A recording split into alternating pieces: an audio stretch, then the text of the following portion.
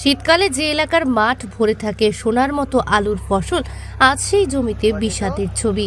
অজানা এক রোগের কবলে পড়ে 7 বিঘা জমির আলুর ফসল সম্পূর্ণ নষ্ট হয়ে গিয়েছে। যে ফসল থেকে তারা স্বপ্ন দেখেছিলেন ভালো লাভের, আজ সেখানে শুধু হতাশা আর মাথার ঘাম, পায়ে ফেলা পরিশ্রমের মূল্য হারানোর বেদনা। জানা গিয়েছে যে তুফানগঞ্জ কাশিডাঙ্গা এলাকায় কৃষক রেজাউল হক নিজের 7 বিঘা জমিতে আলু চাষ করেছিলেন।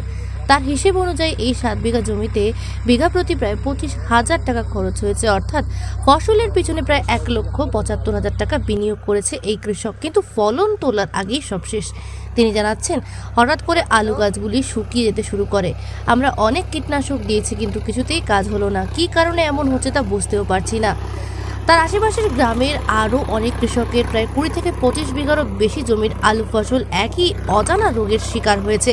এই পরিস্থিতিতে কৃষকদের একটাই আর্জি, অবিলম্বে কৃষি দপ্তর এবং সরকারের দৃষ্টি আকর্ষণ করা হোক। তারা দ্রুত চান যে বিশেষজ্ঞ দল এসে পরীক্ষা করুক আলু ফসল নষ্ট হওয়ার সঠিক কারণটাই কি রয়েছে। পাশাপাশি এই ক্ষতিগ্রস্ত কৃষকদের পাশে দাঁড়িয়ে আর্থিক ক্ষতিপূরণ এবং ভবিষ্যতে এই ধরনের রোগ প্রতিরোধের প্রয়োজনীয় পরামর্শ দিয়ে তাদের সাহায্য করার আবেদন জানানো হচ্ছে। চাষ দিলাম, ক্ষেতটা নষ্ট হয়ে গেছে। সেটা এখন প্রাকৃতিক দুর্যোগের কারণে না কোনো বীজের সমস্যা, এখন সেটা তো আমরা ভাবি সারতে পারতেছি না। আচ্ছা, দিন যাইতেছে, আলু ঝিমাইতেছে, গছ ঝিমে ঝিমে মরতেছে, মরতে মরতে আলু 50-60% গাছ মারাই গেছে। যেটুকু গাছ আছে সেটাও যে টিকবে এটার কোনো ভরসা নাই, যার জন্য ক্ষেতটা ভাঙি ফেললাম। আর কি করা যাবে? কতটুকু জমি ছিল এখানে? জমি তো 6-7 বিঘা জমি।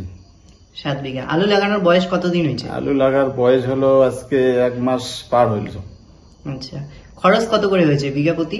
খরচ তো বিঘা প্রতি প্রায় 22-23 হাজার টাকা করে বিঘা প্রতি খরচ হয়ে গেল। আচ্ছা, তাহলে এখন কি সম্পূর্ণ টাকাটাই লস? সম্পূর্ণ এটা তো লস। এটা তো আর কি, আর লস ছাড়া আর কি আছে? এখানে তো ক্ষেত ভাঙে হলো মনে কি সম্পূর্ণ শেষ। এরপরে জমিতে কি করবেন? এরপরে জমিতে এখন কি করব, এখন তো ভাবি সারতে পারতেছি না। কি করব না করব, পয়সা করি নাই, ঋণ ধার করে চাষবাস করছি। এখন আগামী দিনে আরো যে কি করব, যেভাবে বিছনের দাম, সারের দাম, আমাদের পক্ষে যে সার, এত টাকা দিয়ে সার কিনে, এত টাকা দিয়ে বীজ কিনে আবার পুনরায় চাষ করা আমার পক্ষে তো সম্ভবই না।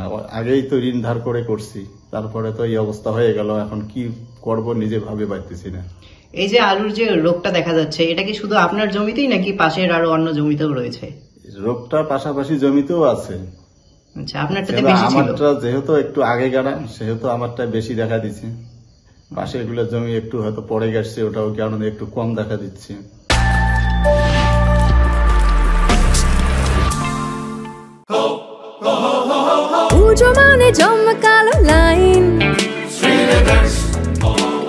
Dropbox লোফা লুফি আইন, পেপারের ক্যাটালগে আঁকা, বাঙালির ইমোশনে মাখা। এ ভরসা কি উপায়, জার্নি পায়ে পায় পৌঁছে দেবে ঠিক ডেস্টিনেশন। বিশ্বমান শ্রীলেদার্স, খাঁটিদার শ্রীলেদার্স। শ্রীলেদার্স, হাওড়া ময়দান। আপনি কি জটিল কিছু সমস্যায় ভুগছেন? সমাধান পেতে চান? যোগাযোগ করুন প্রখ্যাত জ্যোতিষ ও তান্ত্রিক মনসারাম ভট্টাচার্যের কন্যা মনসা কন্যার সাথে। প্রখ্যাত জ্যোতিষ ও তান্ত্রিক মনসা কন্যা হাওড়া জানবাড়ি ও হাতিবাগানের নিজস্ব মন্দিরেও বসেন। যোগাযোগ 9830106967 আর 9239655323।